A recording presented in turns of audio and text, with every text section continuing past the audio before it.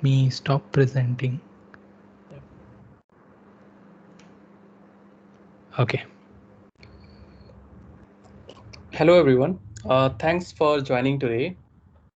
Today evening if you're the first time, we are a Microsoft Technical Community Singapore. If you can join if you haven't joined us, so you can join our Facebook link, this MS Technical Communities SG, and we have also a meetup group on meetup.com. So all our upcoming sessions, you can find out on the meetup.com. You can just type MSSGUG, you can find it there. And we also have our YouTube channel, so all our session recordings are available on our YouTube channel. If you would like to present on MS Technical Community, there are a couple of communities, .NET community, Azure community, and ML community. So if you are interested to present in any of the topic, so you can contact any one of the organizers here, or let us know. We'll help you to link up. And these are the few sessions we have done in our past. Last month, we have done on sessions on Kubernetes, similar topic on DevOps and Kubernetes. And before that, we have done IoT series and DevOps series, API series, building series. And also before that, there was a complete month dedicated for the DevOps. So if you are interested, one of the sessions, you can just go on our either on YouTube channel, MVP YouTube channel, or you can type bit.ly as your Singapore sessions. All our session recordings are available there. In today's sessions, we have two very interesting sessions. One by Ram Iyengar. He is going to present on Cloud Foundry PaaS on Kubernetes, Azure Kubernetes. And second session will be more on Azure security, protect your infrastructure with Microsoft Azure. About Ram, Ram is a developer advocate and at Cloud Foundry Foundations, India. He's from Chennai, and he have more than a decade experience in different technology stacks. He's quite active in Cloud Foundry presentation and technical sessions. He's really good in that. And if you are interested in Terraform or ARM templates, so we have also upcoming meetup on June 17th. Uh, so Make is going to present on working with Azure ARM templates and Azure DevOps. And second session will be more on Terraform and building your pipelines with using Terraforms by Mohammed Ridwan. And we have done, if you are interested in some sessions on Kubernetes infrastructure as a code, so some related sessions we have done in past, you can find out these sessions on our YouTube channel. And this is our YouTube channel, MVP United. So you can go and subscribe there. All our session recordings are available there. And we have also done some chartbus sessions before that. So that's obviously they are available in there. And before hand over to Ram, there are a few reminders. Please keep yourself on mute. If you have any questions, you can raise hand feature or you can put in the chat box. This session is being recorded. If you like, you can spread the words on social media, on Twitter, Facebook. Yeah. So that's for me. Now, Ram, you can share your screen and yeah, over to you.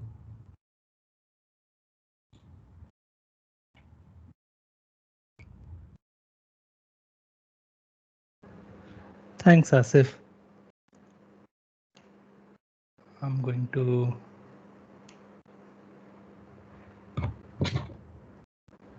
all right. So yeah, I think we're live. Hello, everybody. My name is Ram. Thank you for having me today at the Azure Singapore user group meetup. So I'm here today to talk about Cloud Foundry for Kubernetes, which is a product that is part of the Cloud Foundry Foundation. The Cloud Foundry Foundation, by way of background, was formed about 5 years ago with the goal of governing all of the aspects related to Cloud Foundry. And this was donated to the foundation by what was formerly known as Pivotal. It's currently a part of VMware Tanzu as a commercial offering among other offerings by IBM, SAP, SUSE, um, to name some big names. And then there are other smaller players like Any9s, Stark and Wayne, and others who can who host the infrastructure and who also provide some services and other managed offerings around it.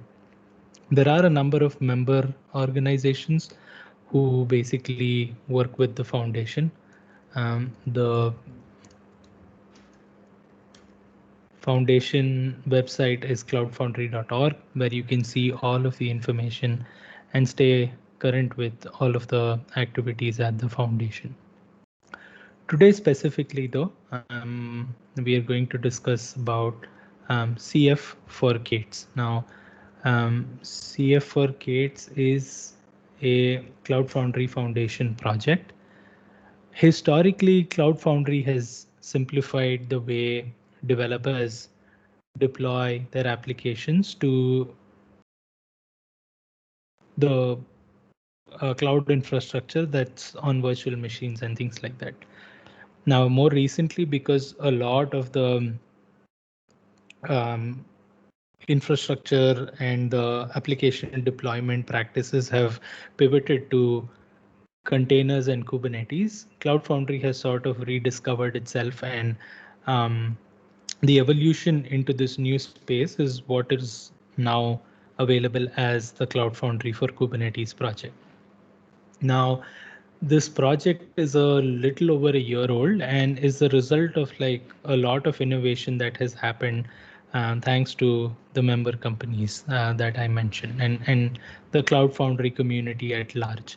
So ever since containers and Kubernetes and basically containers and container orchestration became like a thing, Cloud Foundry has always had a parallel standard. But then in the interest of the larger technical community, the foundation and the architects behind Cloud Foundry decided to converge it along with existing tools and existing standards. So what has happened as a result is the Cloud Foundry project is now available in sort of two flavors, if you will. So there is the original Cloud Foundry, which works on VMs. Those who are more familiar with it know it as Cloud Foundry Bosch. Bosch basically works on VMs, and it has been the mainstay of Cloud Foundry for a while. And more recently, we've had kubecf, which was a slight deviation from Bosch, where it basically replaced a few pieces internally and said, use the scheduling and management tools within Bosch and make use of that to deploy to Kubernetes-based infrastructure. So kubecf had a lot of success, but then the community, obviously being innovators and technically very inquisitive, decided that it's not enough that we just offer something that deploys to Kubernetes, but we also have to make it kube native. So a lot of the components within Cloud Foundry were replaced, or rather the entire architecture was redone from the ground up. And what we have now is the Cloud Foundry experience that is being built, or rather rebuilt or re-architected over components that are cloud native and kube native. So the CF for Kates project makes use of Istio for networking. It makes use of Envoy. It makes use of Fluentd. Sorry, was there a Sorry. question? No problem. So it makes use of all of these kube native components in order to create that CF experience. The project website for this specific project is cf4kates.io. So definitely take a look at it. I'm sure there's like tons of stuff that you folks might find interesting. So the other big part in sort of understanding what Cloud Foundry is, um, basically you have a developer experience on Kubernetes, which requires folks to like, apart from application development, write YAML, write some config files in order to deploy it, write some more YAML for like services and things. And um, so basically it requires a lot of like mind share in terms of what you need to do additionally as overhead, literally as toil, in order to get from your application to deployment. Now, there are some simplifications that you can definitely do in terms of, okay, here's my app, I've made it like a Docker container, go with it and run it on the Kubernetes service. So a lot of folks have simplified the workflow that way. But then Cloud Foundry takes this popular approach, which is um, known very colloquially as the Heroku way, right?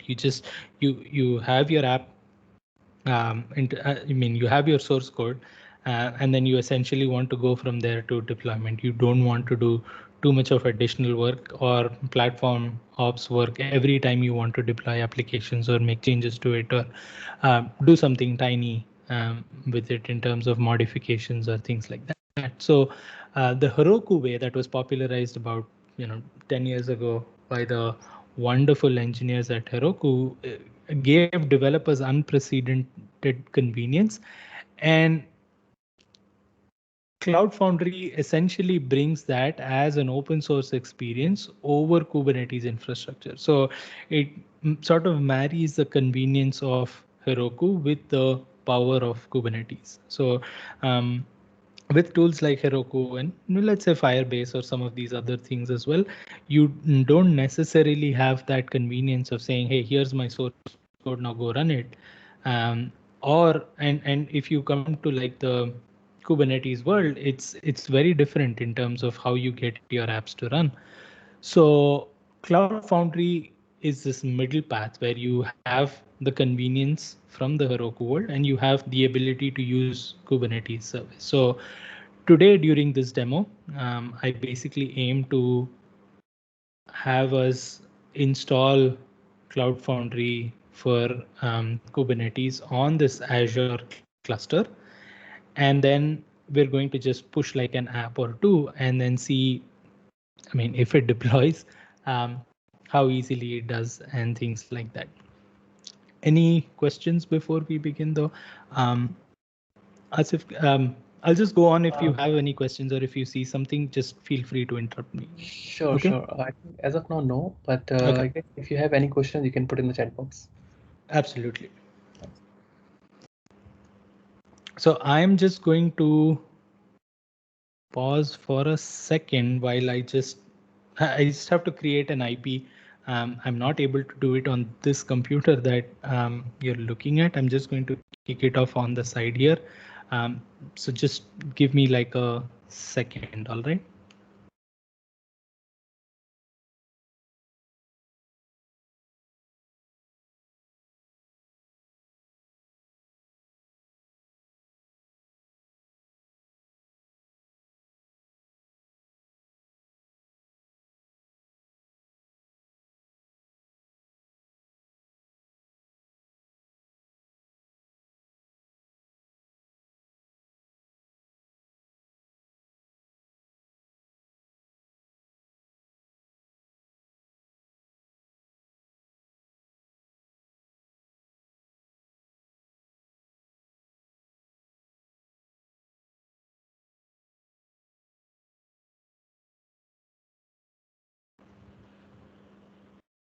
Yeah, we should be going shortly. So let me walk you through what this installation basically looks like. So I started with a resource group like everything on Azure does. So I basically created a resource group and I created a Kubernetes cluster within it. Now this is just run of the mill stuff, nothing special. Um,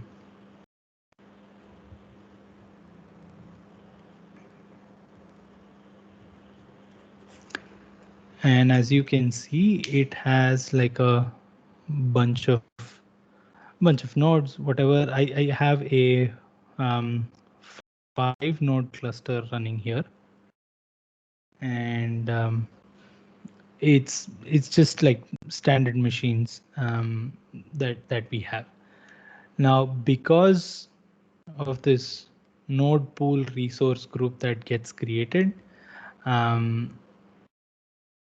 I am not going to go into the details. So we create a public IP in order to reach this node. And so I just created this IP, and that basically allows us to make an ingress into this cluster once we complete the installation. Now the installation process itself is fairly straightforward. The first thing that we need to do is to clone this GitHub repo that I'll show you in 1 second. Um, There is a one question also in chat box. yep. In K8s, you have a developed in Visual Studio, which is packaged in the image and runs on Docker runtime and orchestration at CI/CD. What value CF add on top of it? That's an excellent question. So essentially, that idea is the same, right? So um, now imagine that exact same idea, but just applying it to like different environments and things like that. So the way you containerize, the way you then deploy to the Kubernetes endpoint, it's exactly that idea that is implemented on a larger scale for a more general purpose kind of infrastructure. Now, imagine having multi-cloud endpoints. Imagine having like hybrid endpoints for your cloud and things like that. So Cloud Foundry is essentially expected to work that exact same way. And you might not always have dev machine to deploy capabilities. You might have like a lot of stuff in between. And so this is a way to also manage all of that. Now, that's also one part of um, the the sort. So this is like the blind people and the elephant, right? So one part of it is that dev experience that the person who asked that question very rightly pointed out. And sorry.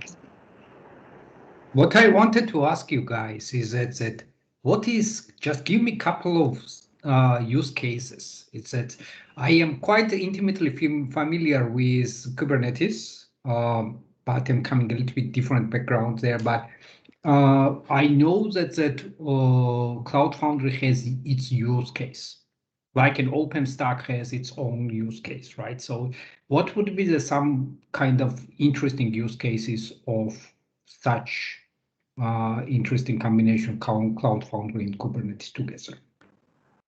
So if you want to manage a bunch of different roles and permissions and RBACs and all of these things, and simplify that into, there's going to be a developer, there's going to be like a billing role, and that's it. The Cloud Foundry provides that experience over the Kubernetes API. So folks don't always want to wrangle around with secrets, with understanding um, users in Kubernetes and things like that. So the Cloud Foundry abstraction puts away all of that. You don't need secrets. You don't need service accounts. For those who are intimately familiar with Kubernetes, it's fine. But for a majority who are not, it saves a lot of cognitive overload in terms of understanding that system and presents a much simpler system instead. So this is in terms of, let's say, platform operations. The other thing is the other thing I can think of is just the deployment experience itself, right? So the deployment experience with Cloud Foundry is, CF push and provide an app name. So that by itself has a lot of merit. because you don't have to get your developers educated on the Kubernetes way to deploy apps. Vis-a-vis, it's a simpler workflow that you can just enable. Thank you. So in a way, remove from DevOps ops and let the developers more focus on the development. Absolutely. Cool. Thanks. Sure. All right. So let me. Yeah. So I was going to show you the GitHub repo for this. So this is the repo that for CF for Gates, and so um, the the installation step is to clone this repo, and then basically the tools that you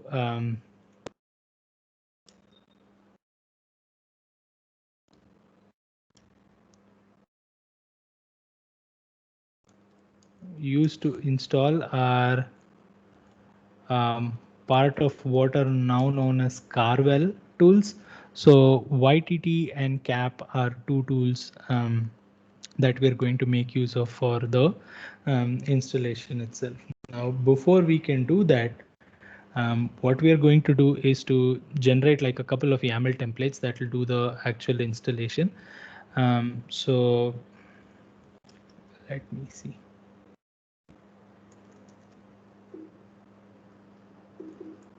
Okay, I'm already in the repo. So we have an auto generate script that comes with the repo, and I'm just going to make use of it. And then the domain that we are going to use, because we are all developers and we love like hackish stuff, I'm just going to make use of like the static IP here, and then I'm going to generate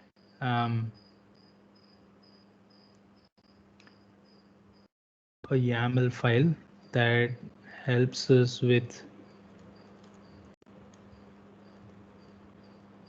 the installation. Now it looks about right. Again, if you have like a bunch of secrets and other things, and you know your way around YAML stuff, then obviously substitute all those pieces for this.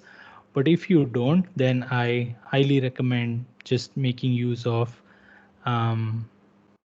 this script generator autogen stuff for this. Now let me show you what that file looks like.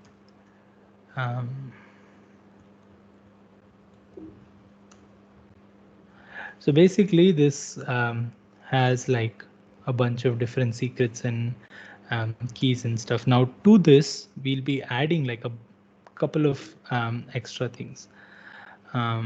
So the main pieces that we'll add are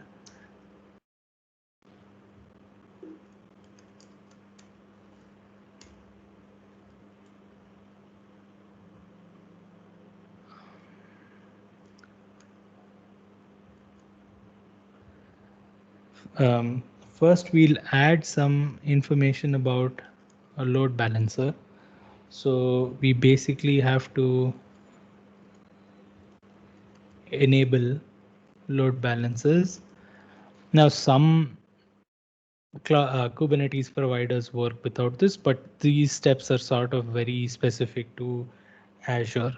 And then we will add the static IP that we just generated in the previous steps. And then we will add information about an app registry. So basically this app registry is kind of a misnomer. Essentially it is a container registry, and you can use any container registry that you have access to. In my case, I'm just going to use Docker Hub because it's something that that just works. I have also tested this with GitHub container registries. I know that to work as well.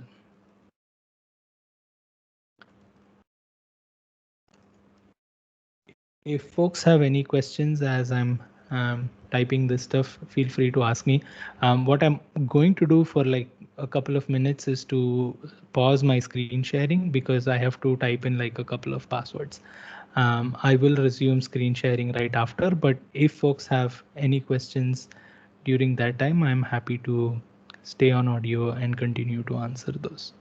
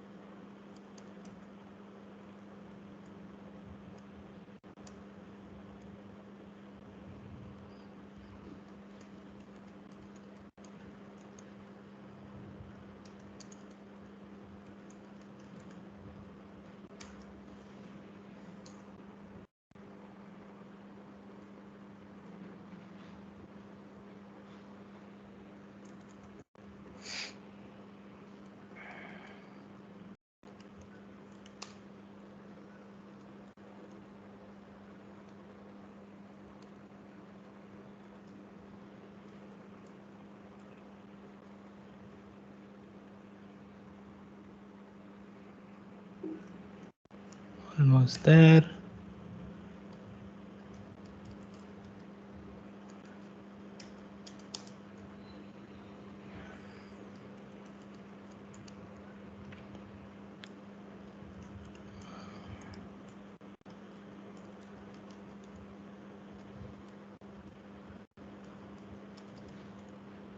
In hindsight, I definitely think I should have done this before, but what's the fun developer meetup if we don't have like typing on the console and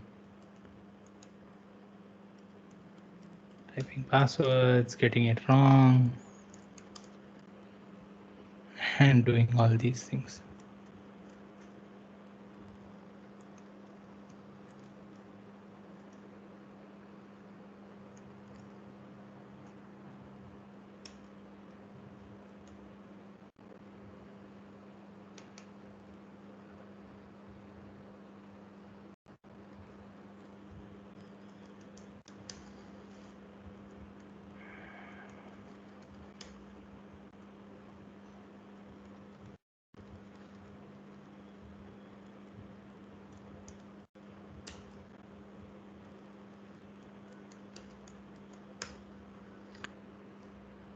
Okay.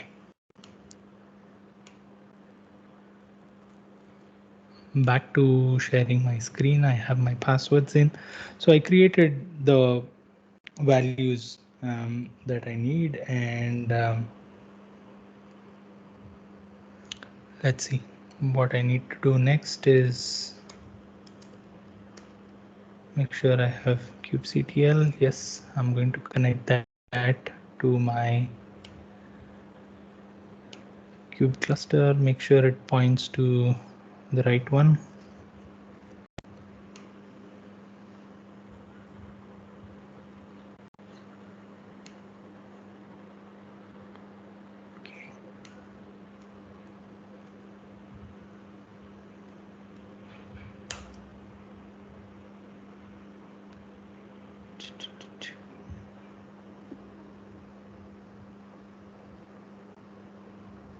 Okay.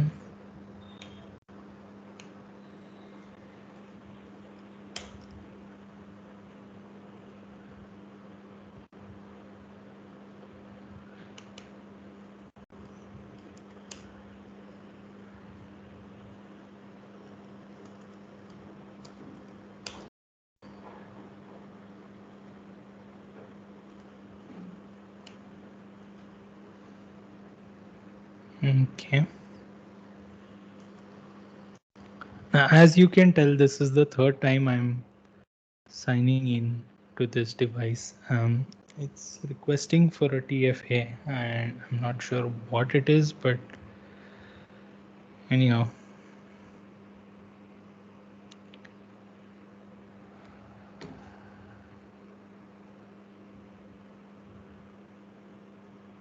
Let me try once again.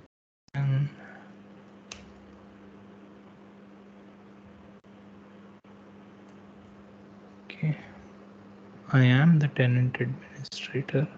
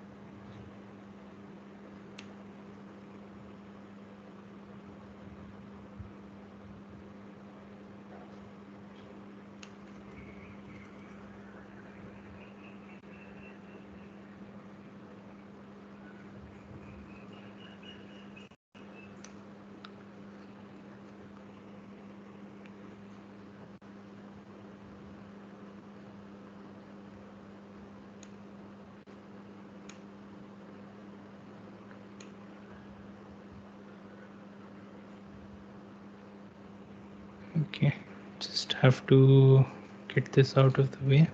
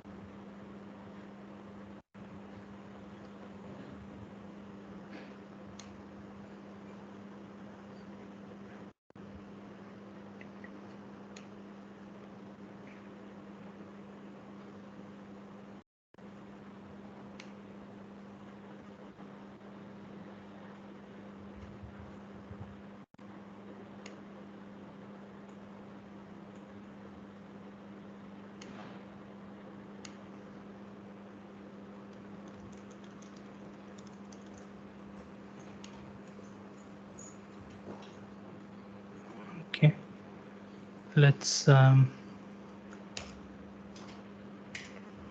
try again.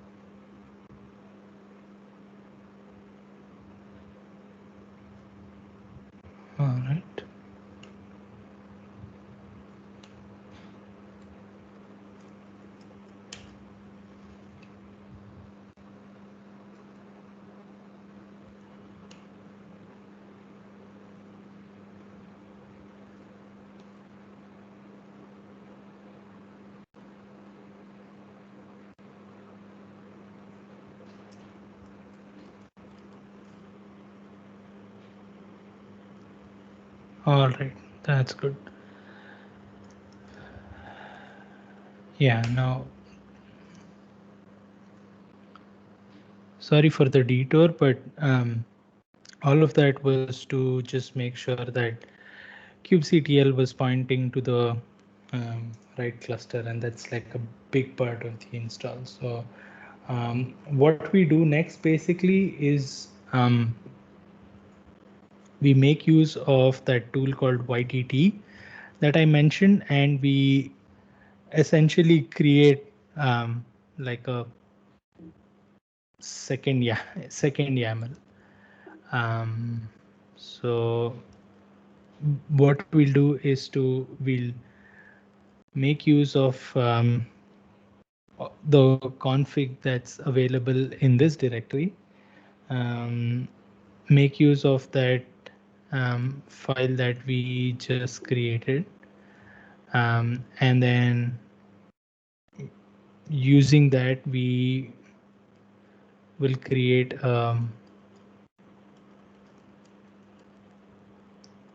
another quote unquote YAML that we'll use to deploy. And then um, let's just check what got created. So we can look at this final deploy, but it contains like a bunch of passwords and secrets. So I'm not going to open it up, but it's basically like a it takes all of the resources that that will be deployed as custom resource definitions, and it'll create like a bigger YAML for that. Now, finally, the deployment is as simple as just saying cap deploy qhcf and give it that final deploy YAML.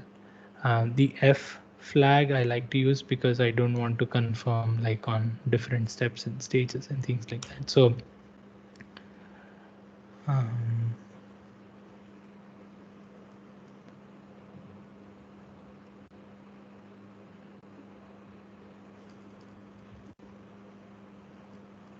let's see. So that's our target cluster.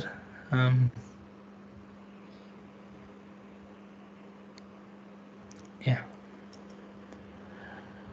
So as you can tell from this is basically going to install like a bunch of different CIDs. So if you're interested, we can go through all of these different things, but basically it's going to install all of these different custom resource definitions onto the Kubernetes cluster that we have.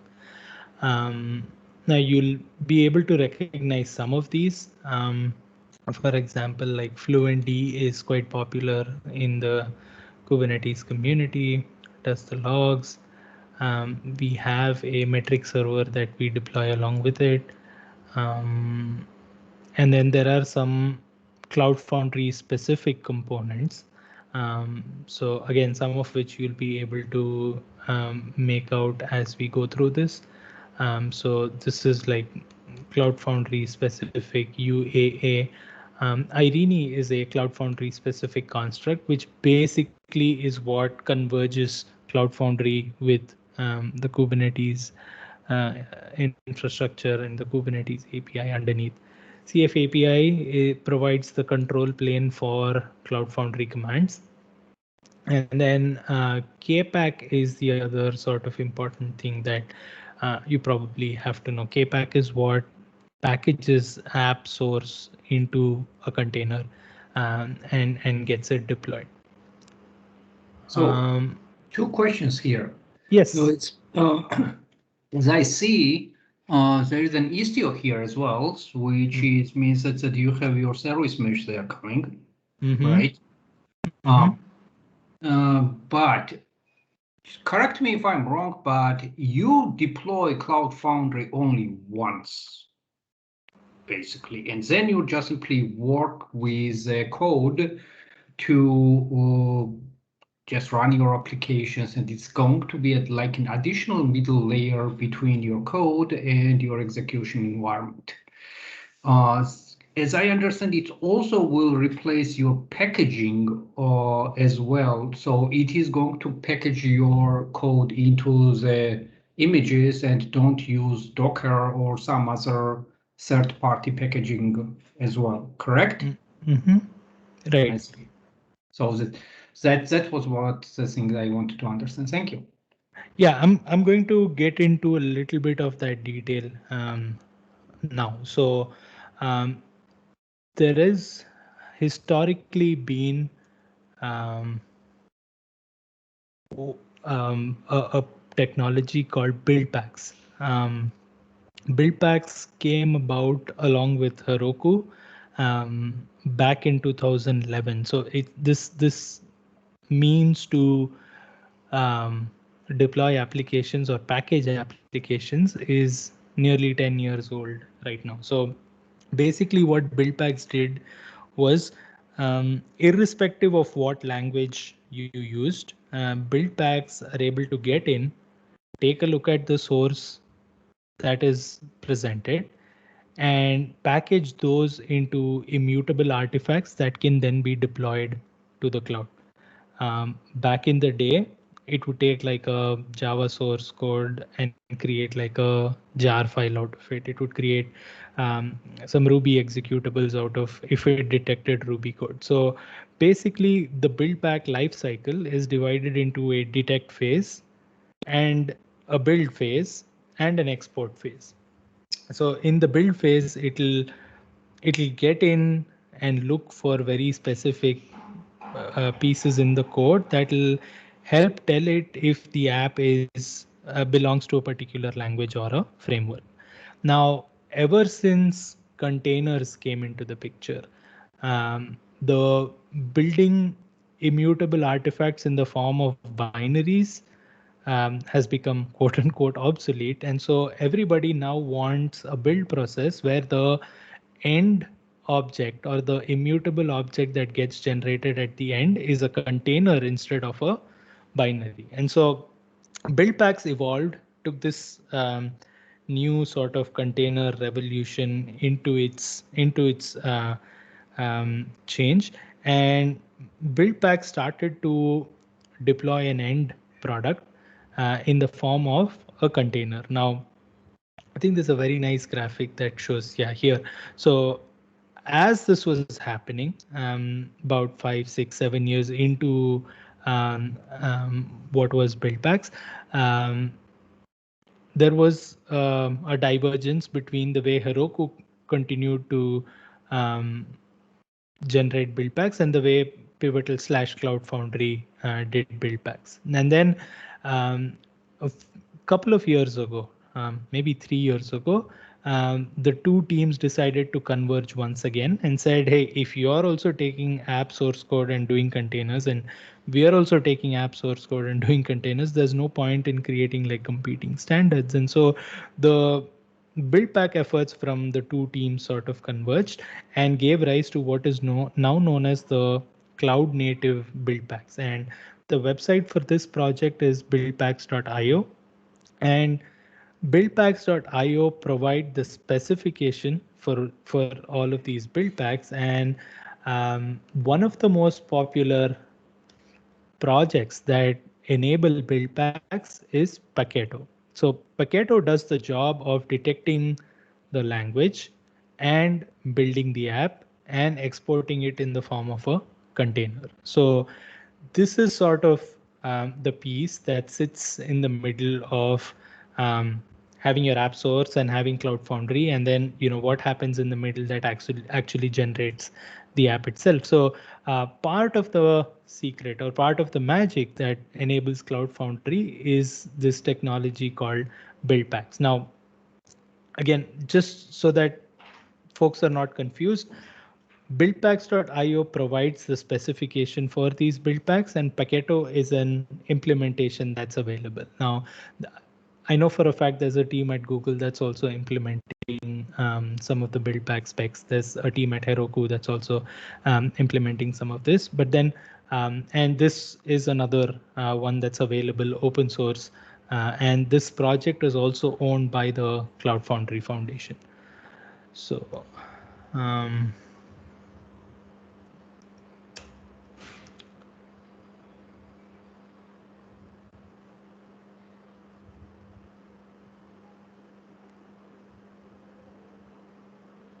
hmm.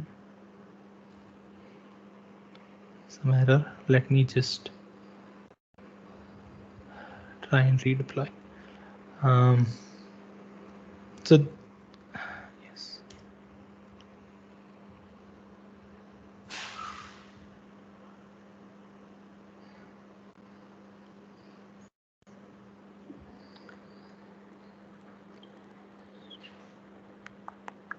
Let me quickly just check my password and things. So I will pause screen sharing for a minute and then I'll start it up again.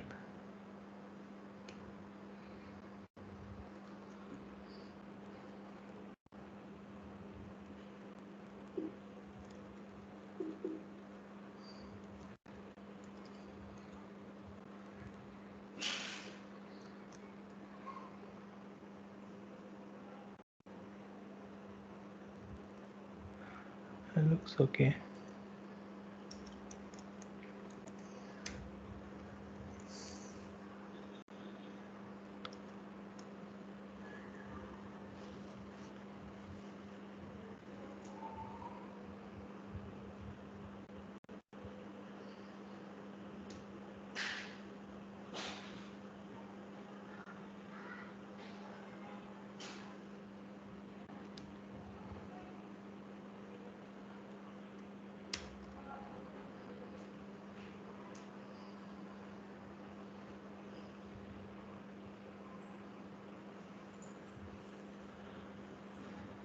Yeah, there's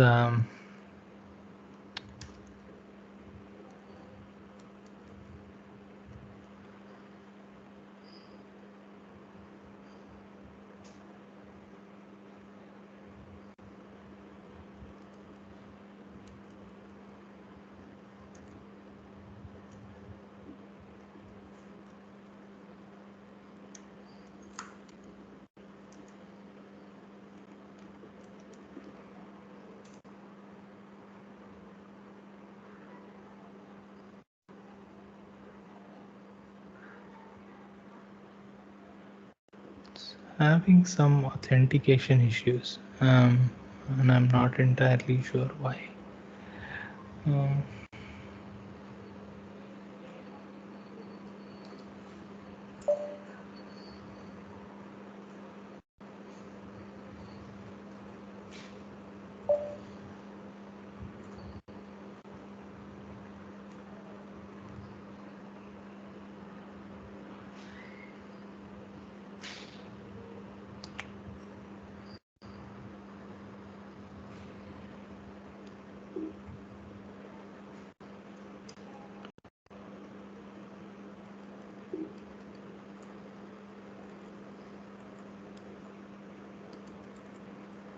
okay. Um,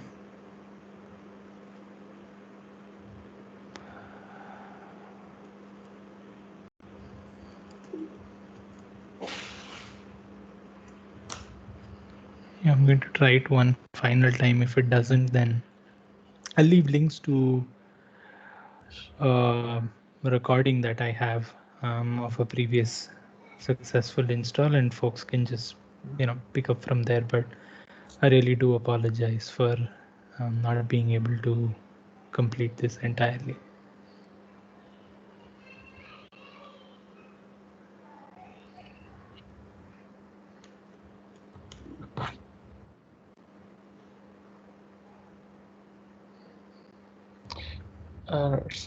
Sorry, actually, maybe we'll have 10 minutes for the next session. So Yeah, sure. Yeah, it it didn't go through, so I'm going to pause here, and I'll like I mentioned, I'll share links to other ways in which people can learn about this. And sure.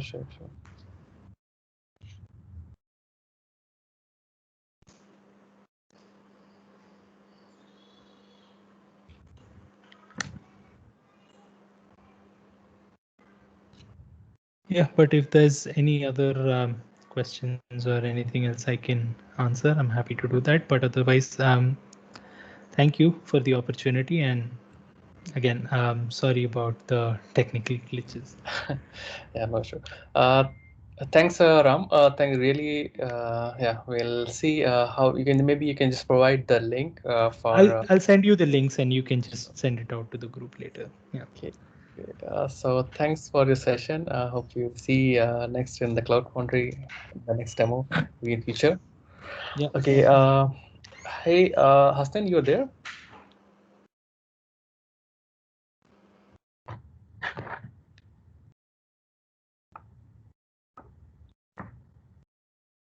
Hassan?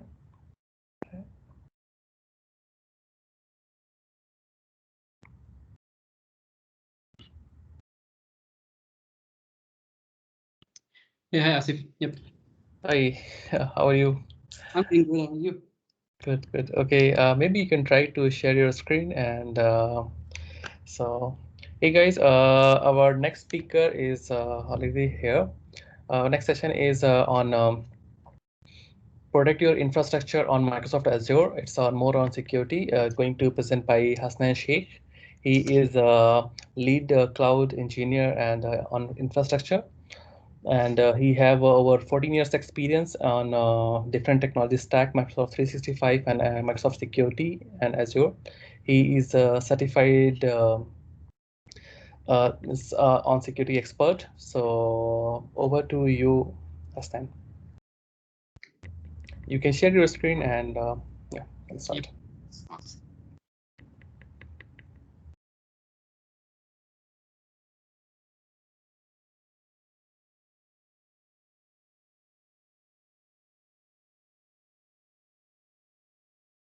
Let me know once you can see my screen. Yeah, we can. All right. Okay, just give me a minute, okay?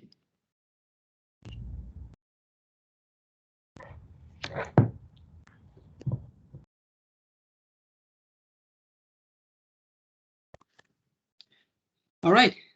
Okay. Hey, thanks for the introduction, Asif, and thank you everyone for joining us today. Okay. So today we'll talk about the Azure backup and site recovery, which will basically help us to protect our cloud resources, as well as it can also help us to protect our on-premises resources too. Okay, so in this session, what we'll do, we'll first talk about some of the concepts, and then we'll go through the demo to see these concepts in action. All right, so let's quickly take a look at the today's agenda.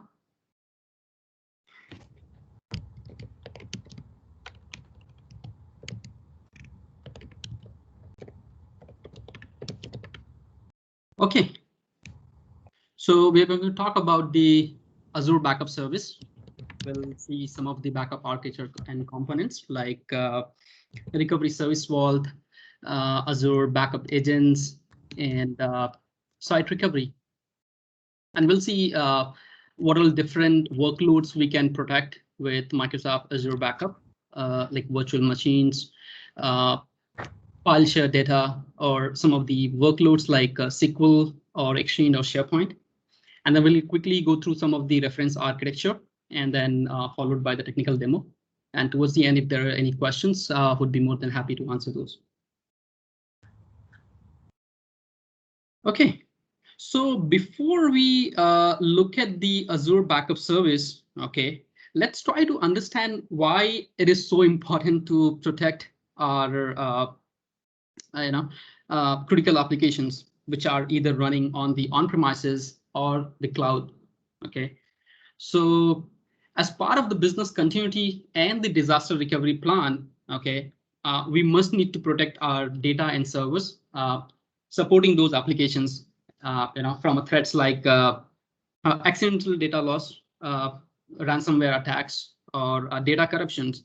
So most of the organizations, when they take their workloads to cloud, mainly towards the cloud, they miss this part where they need to protect the data, right? I mean, you own the data. Microsoft like from a VM perspective, they'll provide you the infrastructure, but in terms of your data protection from these data corruption or accidental data loss or ransomware attacks, you need to take care of that part. OK, and these threats could impact your organization's brand value, regulatory fines, you can have the financial and data loss as well. OK, if you see in recent time, right, like WannaCry ransomware attack, it costed almost like $4 billion worldwide. OK, for people to recover their data from that ransomware, and eventually, some of them might have paid for the ransomware. OK, so let's see. There are many different vendors for the backup in the market.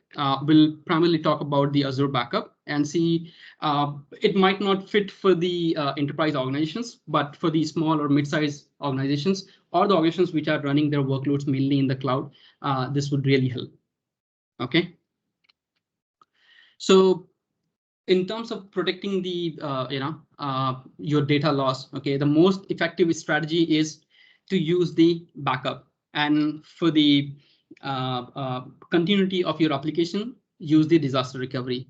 OK, so what basically Azure backup helps to do? OK, so it can help you to back up your on-premise file servers. OK, if you have like shared folders or files, it can help you to protect those. It can help you to protect your on-premises databases, like maybe like a SQL database, or if you have Exchange or SharePoint workloads. OK, it can also help you to protect your VM. OK, either running on a Hyper-V or VMware, taking the bare metal backup as well. OK. At the same time, it can also help you to protect your cloud resources. So that gives you like a central management to manage your cloud resources as well as the on-premises resources. OK, and it pretty much uses like a zero infrastructure to enable the self-service backup and restore. Right, if you need to have like an on-premises backup, you need to get the backup servers, the backup application, the backup tapes. OK, while all those things are not pretty much required with the Azure backup. OK, and since it's using the cloud, you do not need to really worry about the storage management. It's all taken care by the Azure backup itself. It can have the recovery point that can help you to restore the data depending upon whenever, whichever data that you want to recover from your recovery point. OK, and then it also can have a storage that can have a data tiering in terms of which data should be replicated locally or which data should be replicated also to the cross region as well. OK, in terms of the policy management, you can also have define that when it should take a backup. OK, depending upon the criticality of the application, the organization would have defined the RPO. OK, that how much data that we can bear to loss. And accordingly, you can define that, OK, we will take the backup, let's say every 8 hours. OK, and we'll retain it for months or years, depending upon the organization. OK, so let's take a look at the next slide now. OK, so what are different components that helps to run the Azure backup? OK, so recovery service vault is the main component here. You can understand it like it's a vault or services that helps to manage and store the backup data as well as have the configuration data. If traditionally we need to think about some application like a Symantec, let's say if you have an on-premise, right, Symantec solution or some other solution, you need to have that. Some of the application you need to deploy that, right, which can help you to configure the backup policies, the retention. OK, so that is taken care with the recovery service vault in Microsoft Azure. OK, backup agents. OK, so if you need to take a backup of your on-premise resources, right, you need to deploy certain agents like Microsoft Recovery Services Agent. If you are taking a backup for your cloud resource, OK, it uses the extension, the VM extension that can help you to take the backup. OK, and then you can also have the Microsoft Azure backup server, that is pretty much like a full-fledged backup solution to take care of the backup from all your workloads from on-premises. Okay, maybe like your SQL servers, Exchange servers, SharePoint. Okay. One thing to note here is that Oracle workload is not supported. Okay, so that is something that you cannot back up with Microsoft Azure Backup. Okay, and it uses the volume shadow service in order to take the data on disk and whatever it has in the memory when it takes the like point in time backup. All right, backup type. So it's pretty standard, like a full backup, wherein you get everything, whatever you have on your volume. Okay, and the incremental backup. So incremental backups takes like from the last backup, whatever the data remains in the storage blob, it will take the backup of those. And when it comes to a differential backup, it can take the backup from the last full backup. Okay. Backup policy, a backup policy where you would basically define that how frequently the backup should run and how much what should be the retention for your weekly backup or daily backup or monthly backup. Okay, so it's mainly towards that. And then when it comes to restore types, there are different methods available for a restore, like creating a new VM or replacing the existing VM itself, or restoring the disk, and you can customize that if you need to, build it for or move it to a DR location. Okay, when it comes to the encrypted VMs, right? If you're using like Azure Key Vault to encrypt your VM, for that you need to make sure that there is no file or folder level restore available. Okay, you need to restore the whole VM itself. Okay, also the replacing the existing VM itself is not available with the encrypted VM, so you need to build a new VM only. Okay. Especially with the restored encrypted VMs. Soft delete. This is where I feel that Microsoft Azure has the lead, wherein what happens if you stop taking the backup, right? Or let's say if you delete the backup, what happens? Okay, that means the data is gone, right? But with Azure, if you delete the data, okay, it still keeps you for 14 days for you to recover that in case if you want to come back and recover it. Okay. All right. So depending upon the different workloads that you have, right, there are different options available to protect your workloads.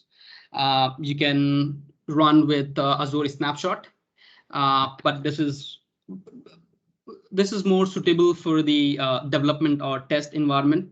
Okay, it's not application consistent. It doesn't know which application is running on the VM.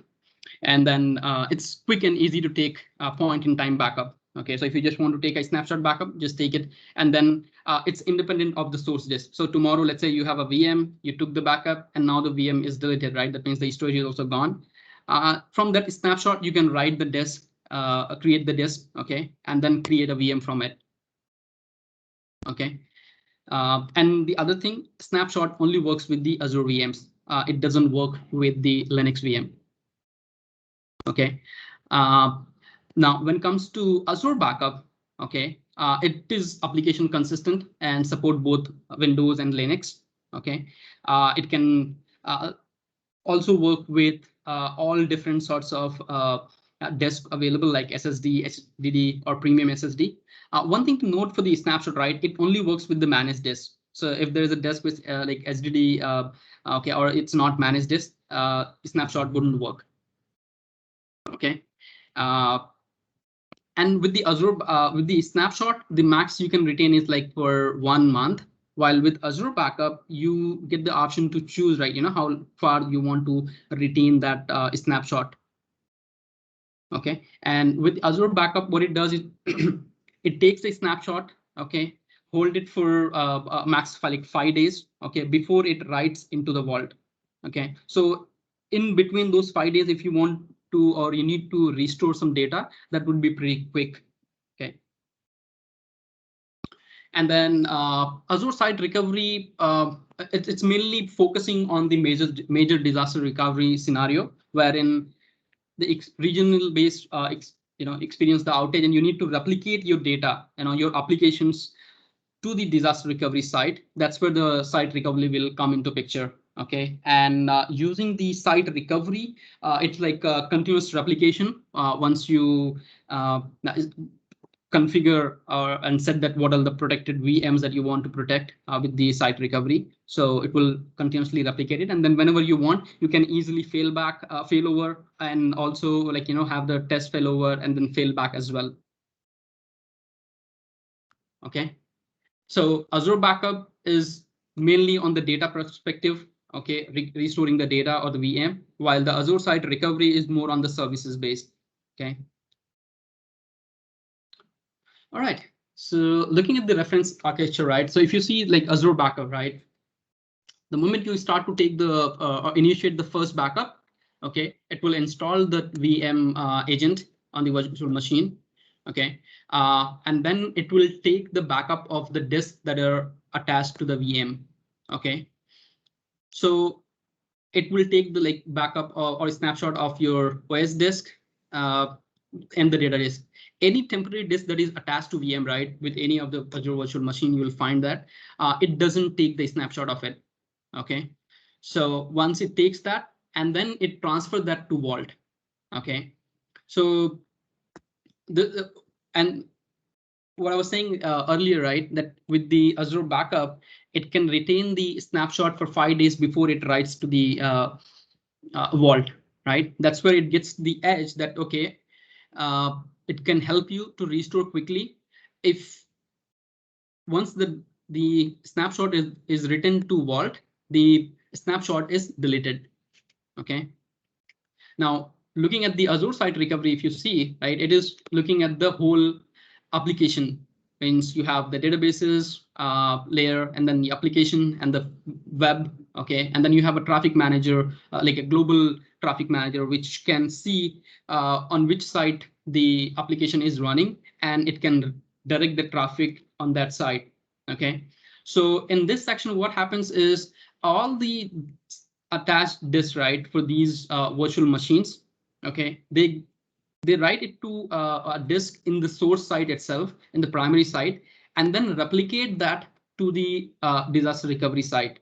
Okay, it will, and then when you set up this site recovery, it will also set your virtual networks, your availability sets. Okay, those will be also configured here. So whenever there's a disaster in the primary site and you want to activate the secondary site, those services would be quickly able to take the load that may come from the internet. Okay.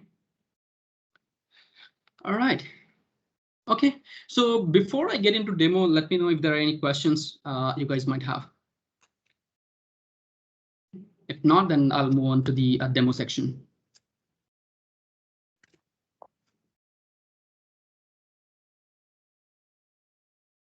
All right. So in today's demo, what I'm going to show you is like, how do you really create the recovery service vault? How can you take the Azure backup VM? Okay. And we'll also, while doing that, we'll also look at the backup policy and where do you configure the retentions for your backups. And then we'll see how you can take the backup for your on-premise files or folders. Okay. And then how do you restore it if the data is lost, let's say, right?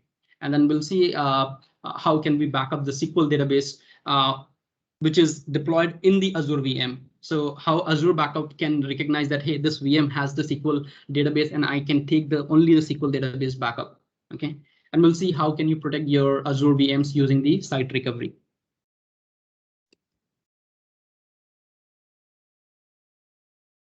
Okay, so in this demo, I've got a few virtual machines running. Okay, these all are running in the East Asia region. Okay, so starting with the virtual machine backup. Okay, what we need to do is first go ahead and create the recovery service vault. Okay, so I'll go ahead and create the recovery service vault. Okay, I'll choose the same resource group. Okay.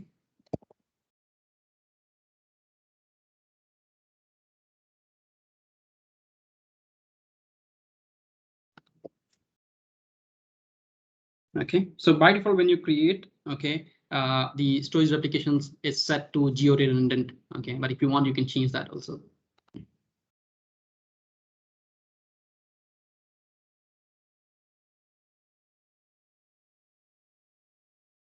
Okay, while it's okay, it's pretty straightforward. Okay, and then when you create a recovery service vault, right, it also sets the RBAC boundary. Okay, so you can configure the RBAC to say that, okay, the admin can only, or the backup admin can only look for those specific backup service vault depending upon his original location. Okay, so to start with the backup. Okay, so these are the different workloads that Azure can help to take backup. Okay, when it's running on the Azure. So let's say if my workloads are running in the Azure, I can take the backup of the virtual machine, or if there is any file share that I have configured. Okay, or if there are virtual machine that has a SQL server, or if the Azure VM has the SAP HANA.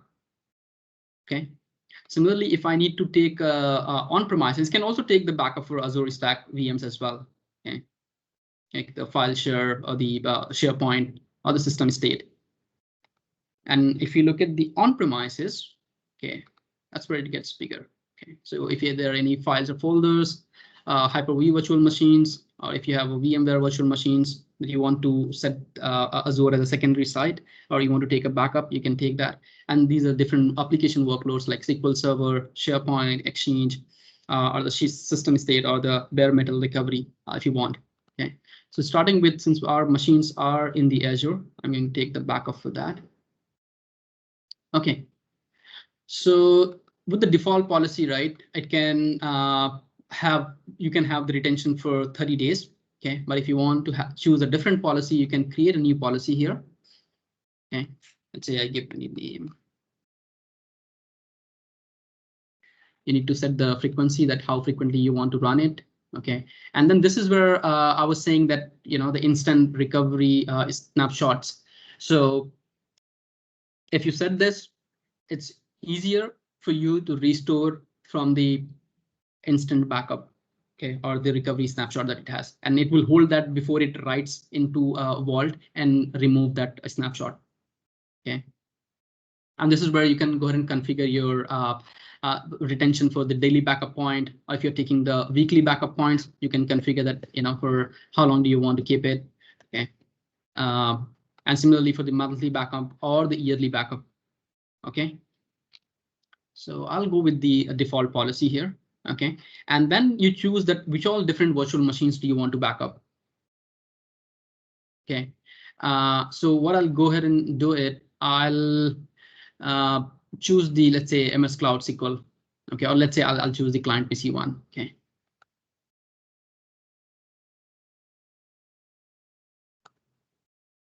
And enable the backup.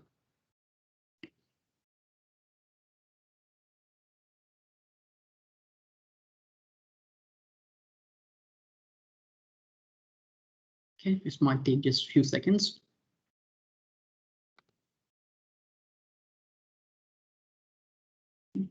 While it's doing its job, I can show you some of the workloads that I had taken a backup here.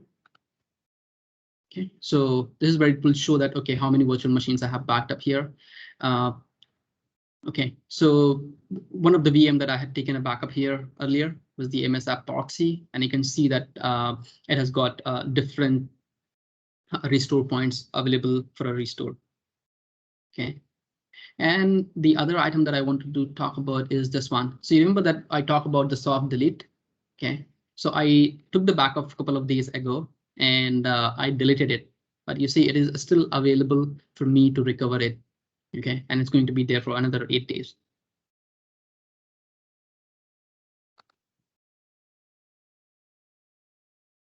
Okay, so let's look at the.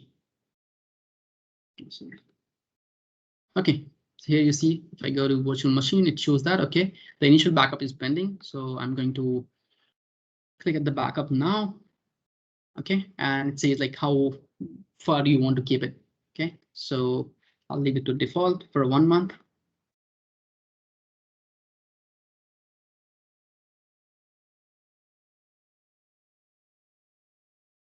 Okay.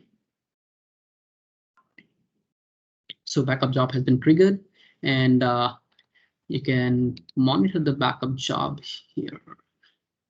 That's monitoring, yeah. Okay, so you can see here the backup job is running now. Okay, so now I'm going to look at our second lab, which is to back up our on-premises files and folders. Okay, I'll basically show you that. Okay, what I have done. So I installed the backup service agent on my workstation itself. Okay, so once you install the Microsoft Azure Recovery Service Agent, okay, it will create this kind of console for you where you can go ahead and schedule the backup and then choose that how frequently you want to back it up. Okay, so with the default Azure backup that we saw, right? Okay, we can define the backup once a day. Okay, but let's say if my RPO is 8 hours, right? That means I need to run the backup more frequently. Okay, so how do I do that then? So that's where the Microsoft different backup agents comes into picture. So with Microsoft backup service agent, backup recovery service agent, okay, I can schedule to run backup 3 times in a day. Okay. Let's see, manage changes to backup. Okay. So you see here, right? If I need to take a different schedule, I can choose that. Okay.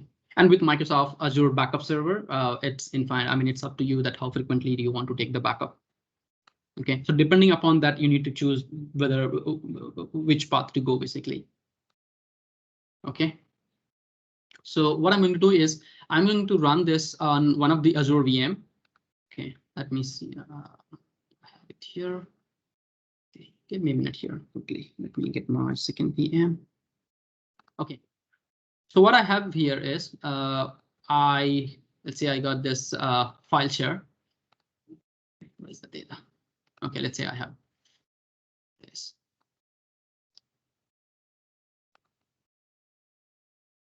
Okay. Oh, sorry, it's in use. So let me take this back file. Okay, so what I'm going to do is I'm going to install this agent. Okay, and then we'll take the backup of this folder here. Okay, we'll delete it and then see how we can recover it back. All right. So let's go to our Azure portal.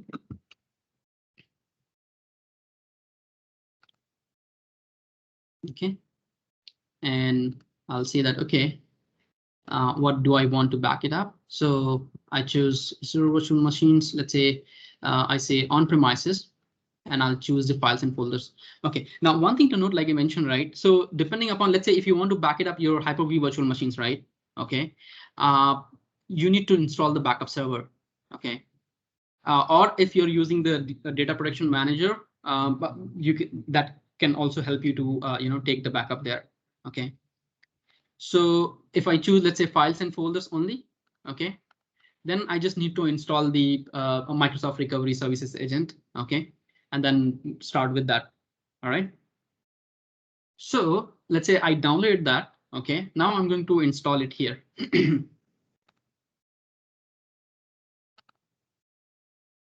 And will give me certain keys. Okay, during the installation. Okay, there is no proxy configuration here. Okay, I hope it should be quick.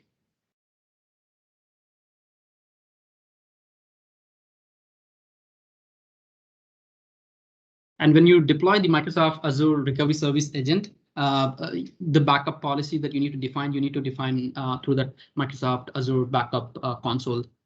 You cannot create that on the Azure side. Okay, so now I need to register this agent with the backup vault that I have. Okay, so I'll proceed with this one. Let me go ahead and download the credential.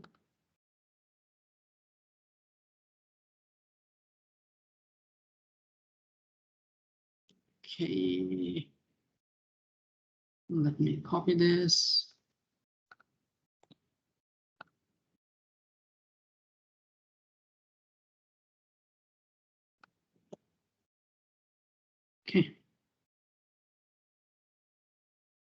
We'll validate the credential. It found that where it's going, which backup vault, what's the region for it. Okay, now I'll choose the generate the passphrase. Okay, it asks me to save that. You need to save it somewhere, safe. For now, I'll just save it here. Okay, because that's the passphrase you would need when it comes for the restore. Yes. Okay. So now it's registering that with our vault.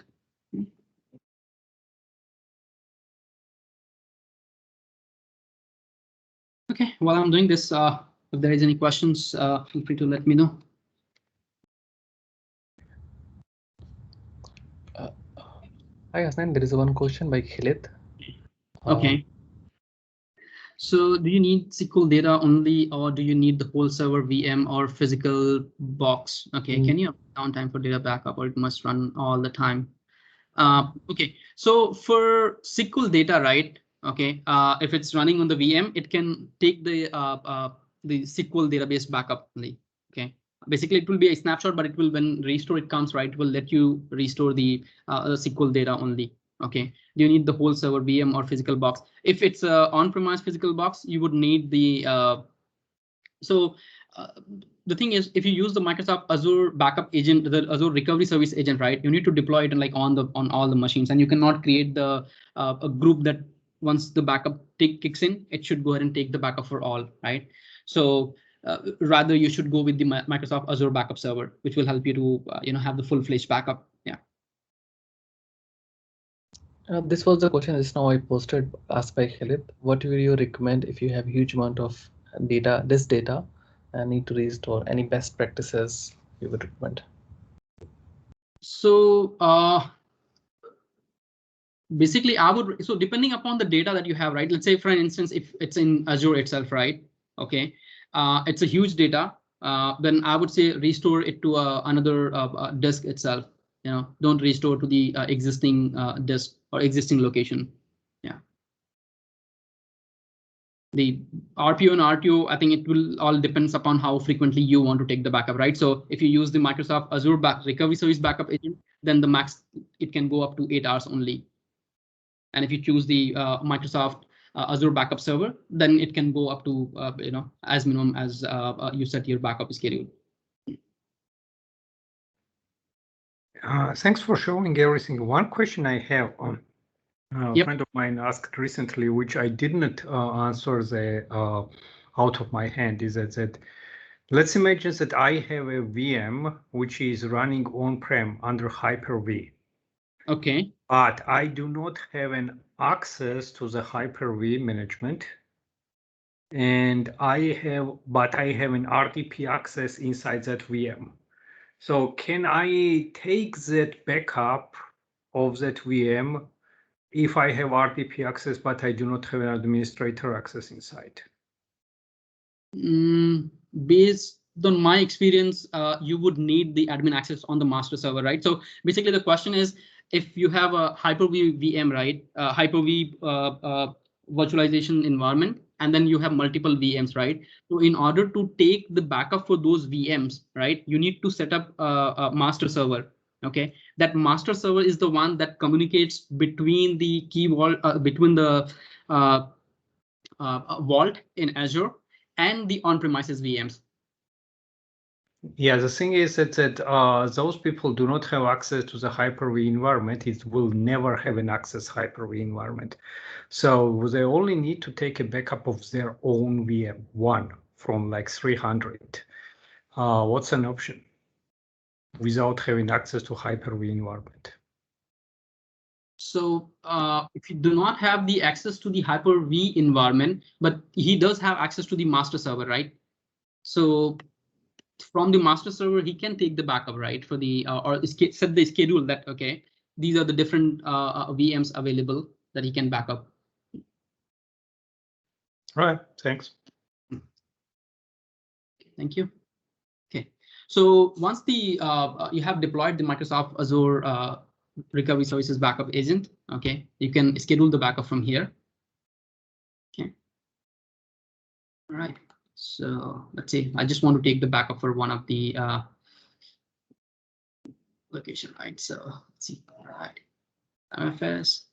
Then again, next. Okay. I'll choose daily. Okay. I'm not setting anything here. Okay, I'll just go with default. Okay.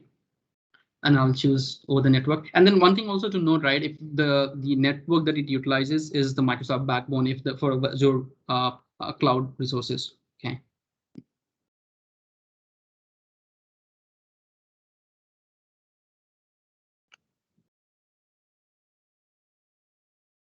Okay, so the backup schedule is created.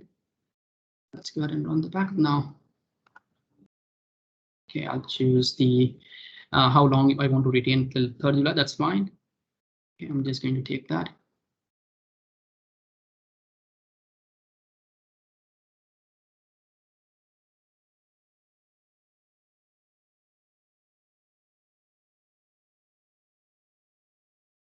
Okay, so while it's doing it, might just take a few seconds. In the meantime, I can. So that's how pretty much you will configure it. Okay, now what I'm going to do. Sorry. Okay. Now, if we go and look at here under the backup items, you'll see that I'm backing up the virtual machine and I'm also backing up the Azure backup agent that I have deployed on one of the machine. Okay. Right. Okay. So while I'm waiting that backup to kick in, okay, and let's see. Okay, let's see. I think it's pretty much completed.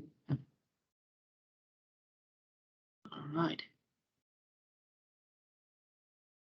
Okay, let me see if I have got the recovery point here.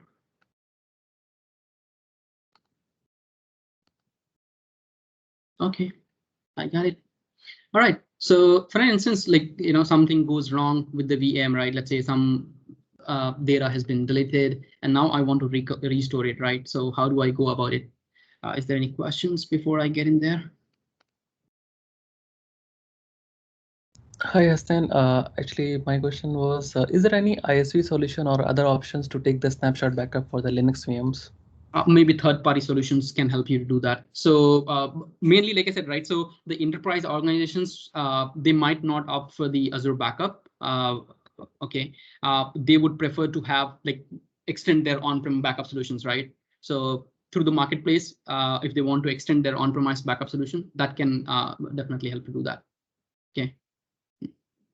Okay, so do you came to know any of some solution on that? Not in my experience. Yeah. Yeah, sure. Thanks. No problem.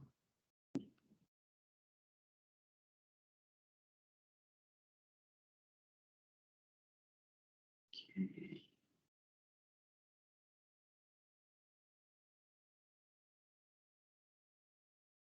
Okay, so I took the backup. Let's say I deleted it permanently. Okay, so now I need to restore it, right? So I can simply go here and restore it, Okay, and I choose the individual files and folders. Okay. Basically, it will create as a mount, mount that volume altogether. From that volume, I can go ahead and restore it. Okay. If there are multiple backups, you will see that, okay, from which specific backup you want to restore. Okay.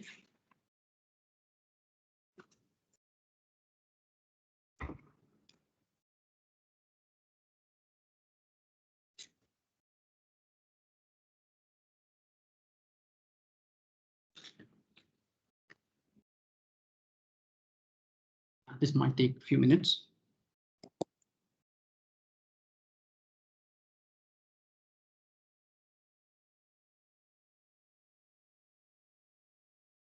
Right. Okay. So from that, I can simply just go ahead and copy and bring it back to the data. If it's a bigger file, yep, definitely robocopy will definitely do the job. Okay. Okay, so this is the I guess.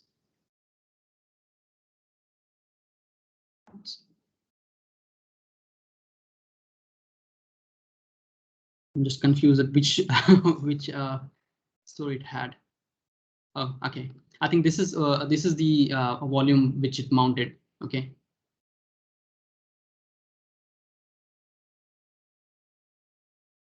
All right. So now let's try to take a backup of SQL. Okay, which is stored in the Azure VM. Okay. So it takes a little while. Okay. So what I'm going to do is I'm going to take the backup. Okay. Azure, and I'm going to choose the SQL Server. Okay, so you need to run the discovery for it. In my case, I have already run that because it takes a little while actually. Okay, so I have a temp database. I just got it from internet. Okay, so just click on configure backup. Okay, depending upon different policy that you want to set, you can set. So in this case, let's say I go with the SQL DB backup. Okay. And then I need to select which database do I want to take a backup. Let's say I go with this.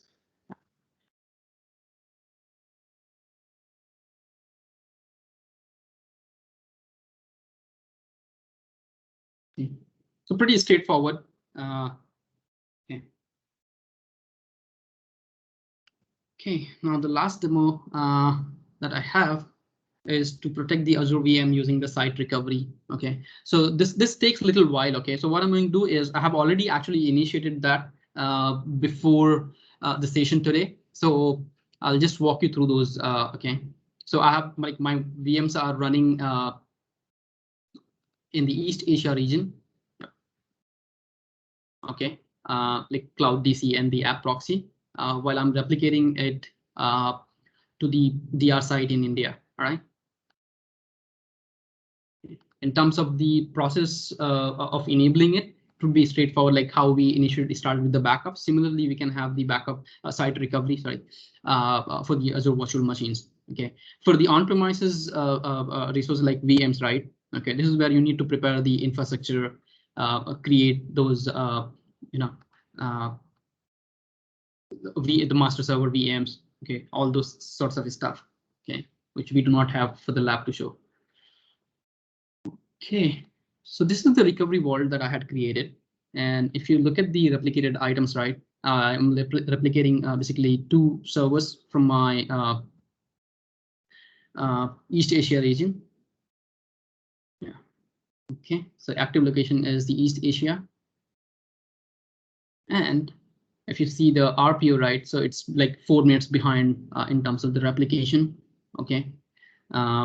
And this is where you see that, okay, how it's replicating, right? So the data or the data from this PM, it gets restored to the cache storage account, and then from cache storage account, it goes to the secondary site or the whichever the location you are replicating. So in this case, like East Asia to Southeast India, and also it will show up here in the map, like how the sync is going when you fail over or and initiate the protection again. Then it would be the reverse way. Okay. And when you create that, okay, it will also show you, like, the Azure DR side, okay, in terms of the network that it's going to use. Okay, like I said, right, it can replicate your network as well as the availability sets if it's configured. So it also here shows, like, from which replica disk it's replicating the target disk name, and then the pending data that is in the source, okay, that has yet to write in the TR.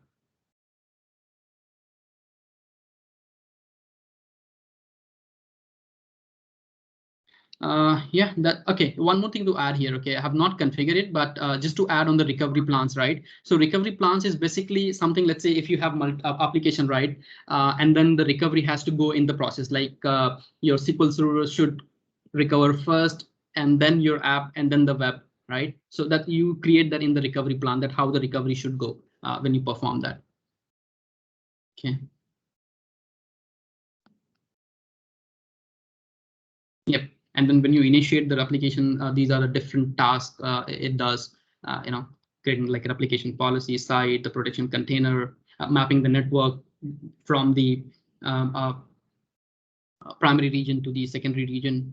Okay, all those sorts of things. It gets configured. Yeah, that's it pretty much from my side in today's session, guys.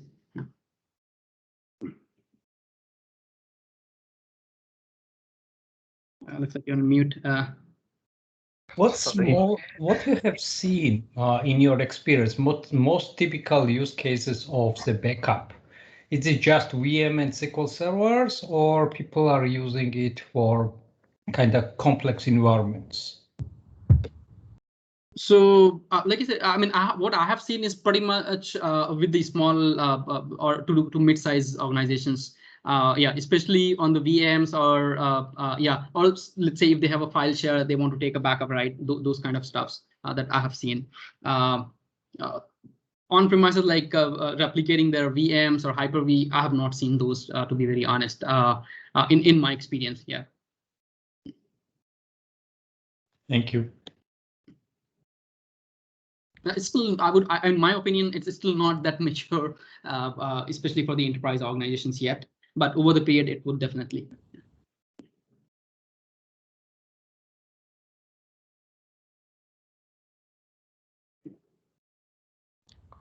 Thank you, Hassan. Really nice session. Hey guys, if you have any questions, any other questions, you can unmute and can ask, or or maybe you can put in the chat box. We will help you to connect with Hassan or Ram. Yeah. So thank you very much for joining today, and our next session will be on Terraform and ARM templates. So if you are interested, please register on our meetup group. Let me share my screen. I'll start the sharing. Thank you, Asif. Thank you, Hasnan. So our next session is on working with ARM templates and Azure DevOps, and second is on Terraform with CI/CD pipelines on 17 June. This is available on our meetup group, so you can go and register there, and see you on 17 June.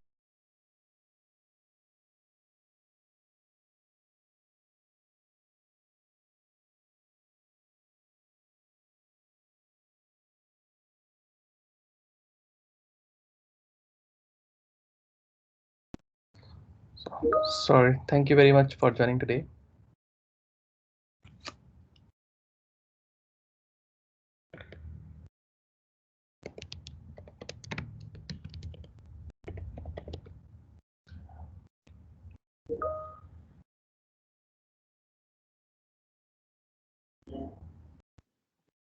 Yeah, looks like most of the guys have already left. Yeah, I think by mistake, I think I got disconnected somehow. I don't know. Okay, thanks, Hassan. Bye. Really nice session. Yeah, I think Ankit is there.